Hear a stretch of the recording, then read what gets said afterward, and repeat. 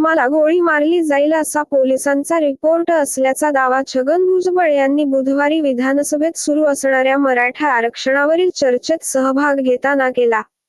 त्यांनी यासंबंधी पोलिसांचा रिपोर्टही दाखवला.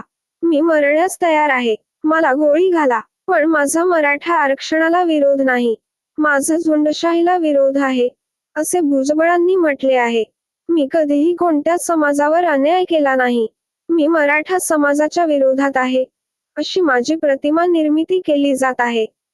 मराठा समाजाला ओबीसीमध्ये आरक्षण न देता वेगळे आरक्षण द्यावे ही भूमिका सर्वांची आहे. मग छगन भुजबळ टार्गेट का? असा सवालही मंत्री छगन भुजबळ यांनी यावेळी उपस्थित केला आहे. छगन भुजबळ पुढे बोलताना म्हणाले की, मराठा आरक्षणाला कोणाचाही विरोध नाही. मराठा समाजासोबत आमच्याही मागण्या मान्य कराव्यात अशी मागणी करतानाच मराठा समाजाला